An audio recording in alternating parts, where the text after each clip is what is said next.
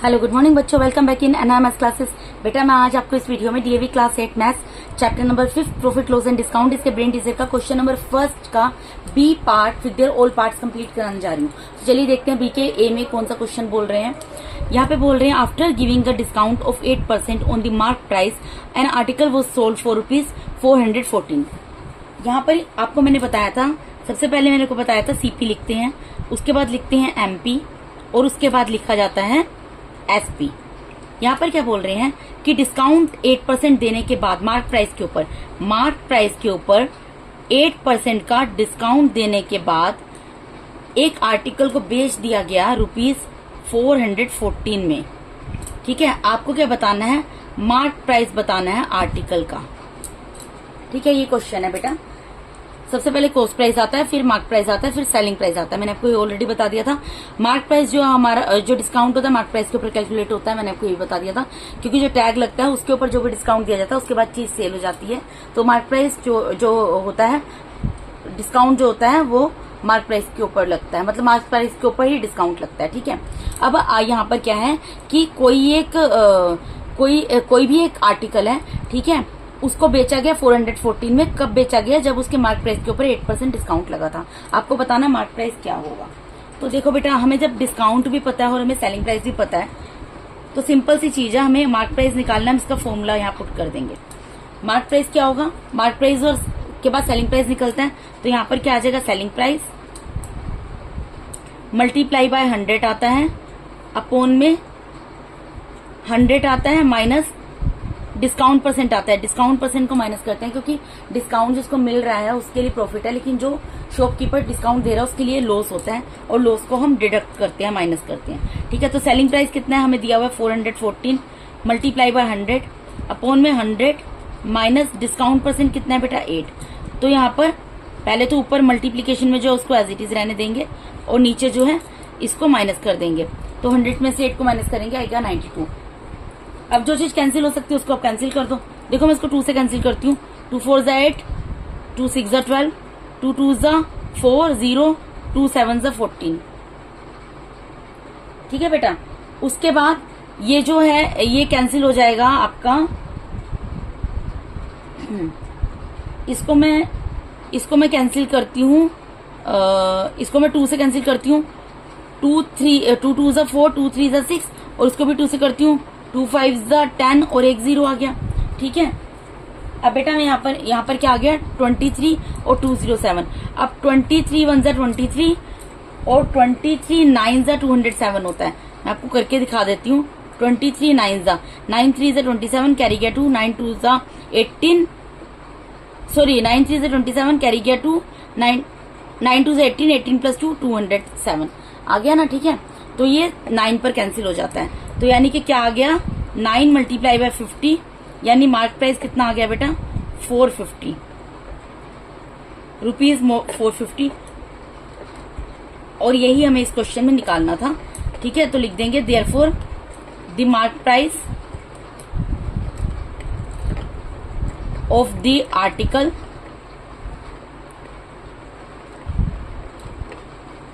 Is equals to ₹450। ठीक है बेटा, ये इसका आंसर आ गया। ओके, अब इसके नेक्स्ट पार्ट में मूव करते हैं। Part number B. इसमें क्या बोल रहे हैं? A fan is sold for ₹650। एक पंखा है, उसको बेच दिया गया ₹650 में, यानी सेलिंग प्राइस दिया हुआ है। The gain is 1/4 of the cost price of the fan.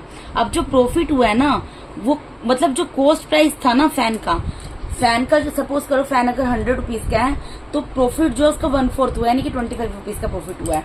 ठीक है, the gain is 1/4 of the cost price of the fan, find the gain percent. आपको गेन परसेंट निकालना है बेटा।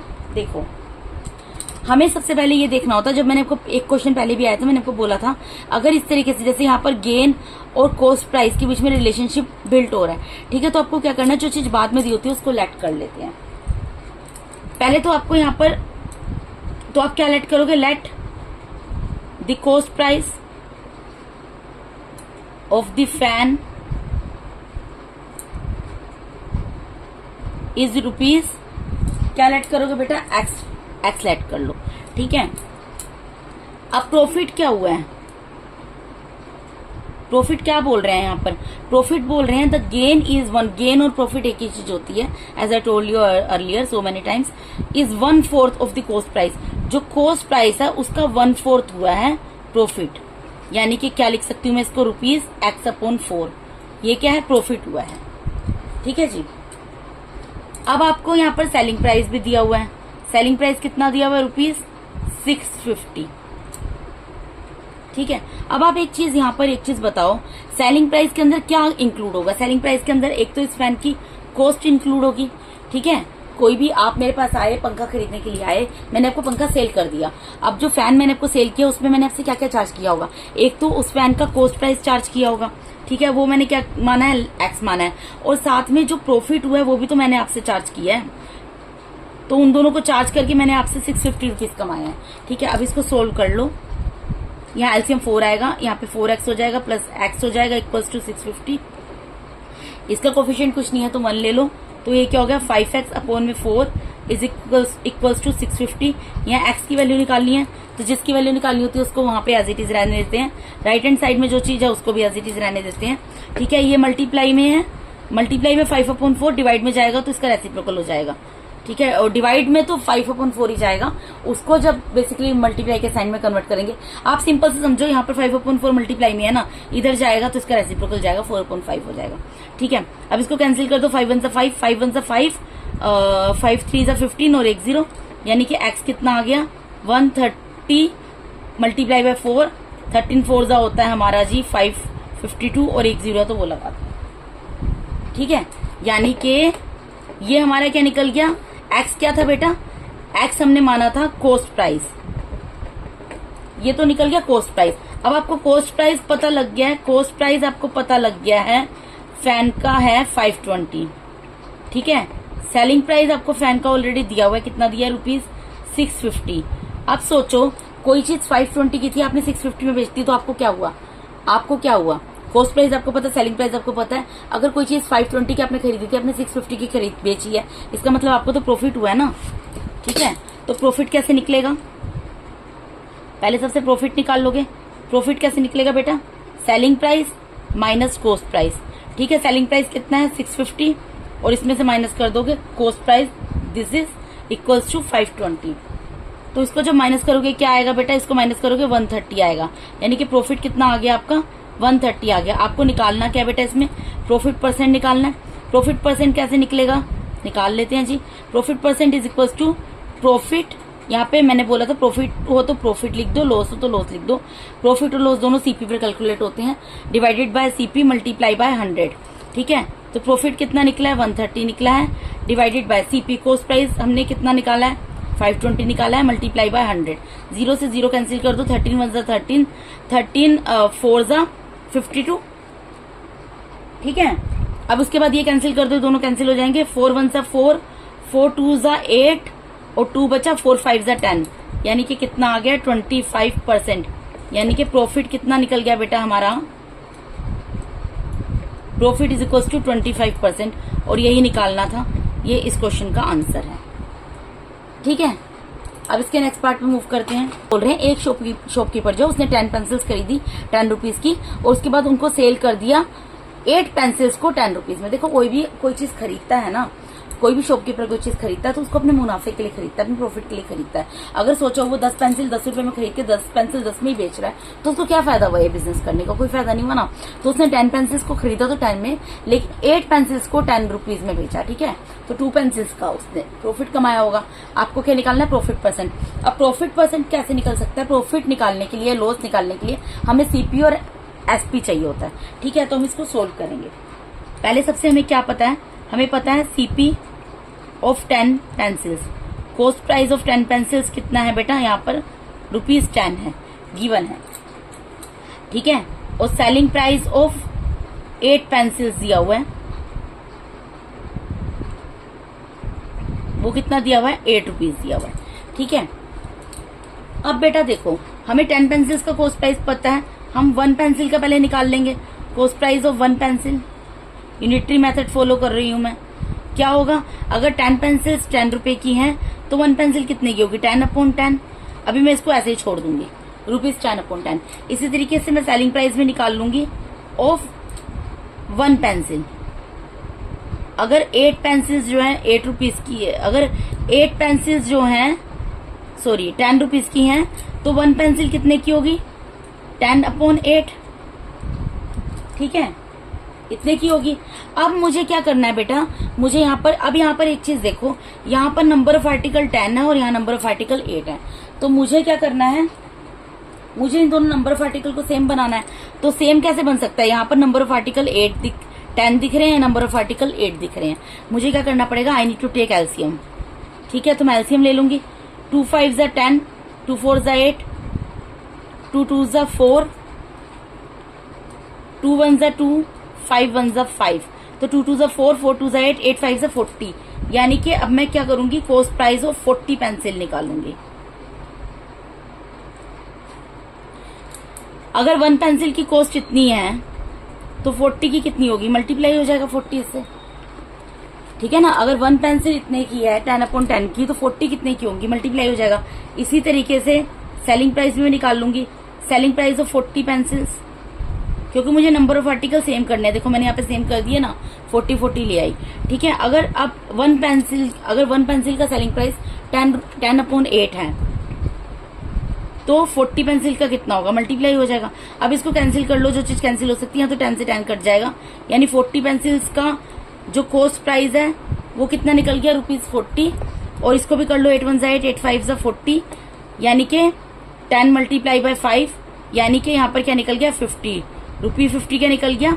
ये निकल गया सेलिंग प्राइस ऑफ 40 पेंसिल्स। ठीक है, यहाँ पे भी कॉस्ट प्राइस मैंने निकाल लिया 40 पेंसिल का, और यहाँ पे मैंने सेलिंग प्राइस निकाल लिया 40 पेंसिल का। अब नंबर ऑफ आर्टिकल सेम हो गए 40।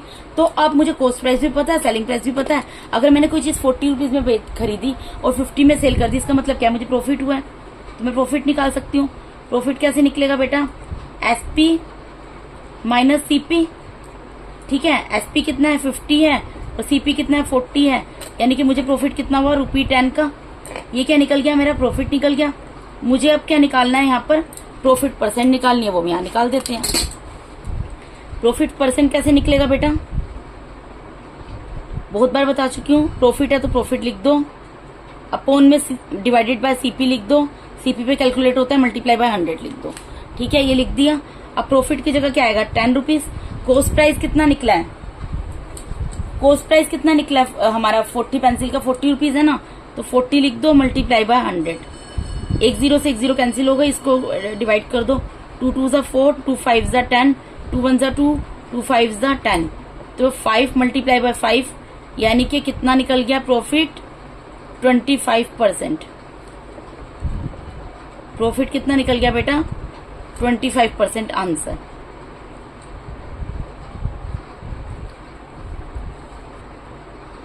ठीक है जी, अब इसके नेक्स्ट पार्ट में मूव करते हैं, पार्ट नंबर डी। इसमें क्या बोल रहे हैं? Find the rate of GST if an article marked at ₹5,000 is sold for ₹5,900।